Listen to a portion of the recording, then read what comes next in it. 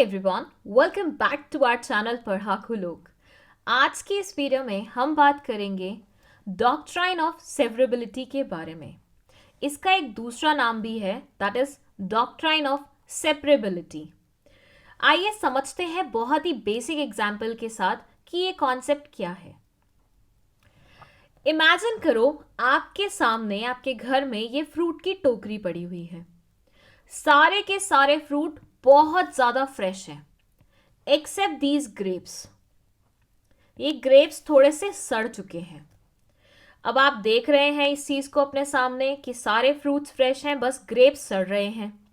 तो यहां पे आपको एकदम से याद आई वो कहावत कि एक गंदी मछली पूरे तालाब को गंदा कर देती है। तो आपने फट से अपने कॉमन सेंस को लगाते हुए इन ग्रेप्स को उठाया और बाहर फेंक दिया। ऐसा ही कुछ करेंगे ना, क्योंकि ग्रेप्स सड़ चुके हैं तो वो फटाफट केलों को सड़ा देंगे, दूसरे ग्रेप्स को सड़ा देंगे, ऑरेंजेस को सड़ा देंगे, and you obviously do not want that. तो बाकी सब फ्रूट्स को फ्रेश रखने के लिए आपने क्या किया, आपने इन ग्रेप्स को निकाल के बाहर फेंक दिया। यही तो है हमारी डॉक्ट्राइन ऑफ सेवरेबिलिटी। कैसे समझाती हूं, अभी रुकिए। एक और एग्जाम्पल देखिए। कई बार क्या होता है ना, कुछ ऐसे भी फ्रूट्स होते हैं जो एक पोर्शन से अगर सड़ने लगते हैं तो उनको अलग करना पॉसिबल नहीं हो पाता है। मानते हैं इस बात को? ऐसे मानिए ये केला है और ये इस तरफ से सड़ रहा है। क्या आप इसे सेपरेट कर सकते हैं? अगर मान लीजिए आपको इमीडिएटली खाना भी नहीं है, हाँ कुछ लोग करते हैं कि भैया यहाँ का काट के बाकी का खा लेते हैं, लेकिन आपको पता है आपके फास्ट चल रहे हैं और फास्ट में आपको बनाना तो बिल्कुल नहीं खाना है। तो क्या आप इसे इस तरह से काट के बाकी का पोर्शन स्टोर करके रख सकते हैं? अब मुझे ज़्यादा घरेलू आइडियाज़ नहीं है, माइट भी कोई इंसान बोल सकता है कि हाँ इस तरह से स्टोर करके रख सकते हैं, लेकिन मेरे अकॉर्डिंग वो पूरा का पूरा केला सड़ चुका है, तो मुझे इस पूरे केले को ही फेंकना पड़ेगा। अब ये क्या लॉजिक बना? ये भी डॉक्ट्राइन ऑफ सेवरेबिलिटी का ही एक पार्ट है। किस तरह से, आइए बताती हूँ। देखिए, जब 1950 में कॉन्स्टिट्यूशन ऑफ इंडिया अडॉप्ट किया गया था इंडियंस द्वारा, तो उसमें एक चैप्टर था जिसे हम बोलते हैं फंडामेंटल राइट्स का chapter. I am pretty sure आपने इसके बारे में सुना ही होगा, बचपन से हमें पढ़ाया जाता है ये हमारा फंडामेंटल राइट बनता है, कोई हमसे ये नहीं छीन सकता एंड ब्ला ब्ला स्टफ। तो मतलब कॉन्स्टिट्यूशन मेकर्स के अकॉर्डिंग ये कॉन्सेप्ट फंडामेंटल राइट्स की बहुत ज्यादा इंपॉर्टेंट थी, और कोई भी चीज इन कॉन्स्टिट्यूशनल राइट्स मतलब इन फंडामेंटल राइट्स से ऊपर नहीं जा सकता। मतलब ये फंडामेंटल राइट्स क्या है, सुप्रीम इन नेचर है, कोई भी चीज इनके ऊपर नहीं जा सकती है। बट एक दिन ऐसा हुआ कि पार्लियामेंट ने बनाया एक लॉ। पार्लियामेंट का सर चकराया, उसने बोला चलिए कुछ नया करते हैं, कुछ तूफानी करते हैं, और एक लॉ बना दिया उन्होंने। अब ये लॉ फंडामेंटल राइट्स के अगेंस्ट जा रहा था। अब ऐसे सिनेरियो में आप क्या करेंगे? लॉ है जो फंडामेंटल राइट्स के अगेंस्ट जा रहा है, किसे ऊपर मानेंगे, फंडामेंटल राइट्स को या फिर लॉ को? तो याद करिए कॉन्स्टिट्यूशनल मेकर्स का इंटेंशन, उनके अकॉर्डिंग फंडामेंटल राइट क्या था, सुप्रीम था। और हमें पता है इंडिया में कोई भी चीज कॉन्स्टिट्यूशन से ऊपर तो नहीं है, और जब कॉन्स्टिट्यूशन में लिखा है कि फंडामेंटल राइट्स हमेशा सुप्रीम रहेंगे, तो कोई भी लॉ फंडामेंटल राइट्स के ऊपर कैसे जा सकता है? तो अगर पार्लियामेंट ने ऐसी गुस्ताखी कर दी है तो उस लॉ को क्या कर दिया जाएगा, उस लॉ को स्ट्रक डाउन कर दिया जाएगा, मतलब नल एंड वॉइड डिक्लेयर कर दिया जाएगा। अब यहीं पे लगती है हमारी डॉक्ट्राइन ऑफ सेवरेबिलिटी। कैसे? देखिए, इमेजिन करिए लॉ बन गया है, पर लॉ का सारा पोर्शन फंडामेंटल राइट से कंसिस्टेंट है, सिर्फ एक छोटू सा पोर्शन है जो फंडामेंटल राइट्स के अगेंस्ट जा रहा है। ऐसे सिनेरियो में क्या करें? पूरा का पूरा लॉ हटा के फेंक दे? मतलब कायदा तो यही बोलता है ना, कोई भी लॉ फंडामेंटल राइट्स के अगेंस्ट आता है तो उसे नल एंड वॉइड डिक्लेयर कर दो। बट व्हाट इफ लॉ का सिर्फ एक पोर्शन फंडामेंटल राइट्स के अगेंस्ट जा रहा है?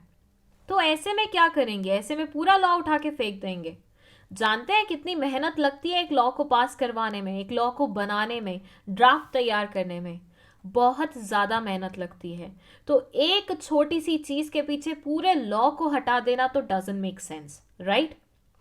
तो यहाँ लग जाती है हमारी डॉक्ट्राइन ऑफ सेवरेबिलिटी, जो बोलती है कि अगर आपके लॉ का सिर्फ एक पोर्शन ही फंडामेंटल राइट्स के अगेंस्ट जा रहा है, तो कोशिश कीजिए इस पोर्शन को हटाने की, ना कि पूरे के पूरे लॉ को हटाने की। तो सिर्फ आपको वही पोर्शन हटाना है जो फंडामेंटल राइट्स के अगेंस्ट जा रहा है। जिस तरह से मैं अगर आपको रिमाइंड कराऊं, आपने यहाँ पे फ्रूट की ये टोकरी में से सिर्फ ग्रेप्स को हटाया था क्योंकि ग्रेप्स सड़ रहे थे। आपने सारे फ्रूट उठा के फेंक नहीं दिए थे। तो उसी तरह से ऐसे मानिए ये टोकरी क्या है, ये हमारी लॉ है, जिसमें से ग्रेप्स क्या है वो सेक्शन है जो कि फंडामेंटल राइट्स के अगेंस्ट है। तो आपने उठा के इसे फेंक दिया और लॉ को, मतलब टोकरी को, फ्रूट्स को एज इट इज रहने दिया। आई होप यहां तक का लॉजिक आपको समझ में आया।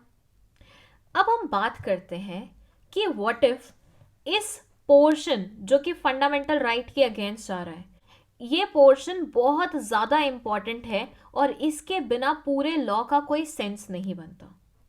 दोबारा सुनिएगा मैंने क्या बोला। मैंने बोला ये जो पोर्शन है लॉ का जिसको हम हटाने के बारे में सोच रहे थे क्योंकि ये फंडामेंटल राइट्स के अगेंस्ट जा रहा है, ये इतना इंपॉर्टेंट था कि बिना इस पोर्शन के इस लॉ की कोई भी वैल्यू नहीं है।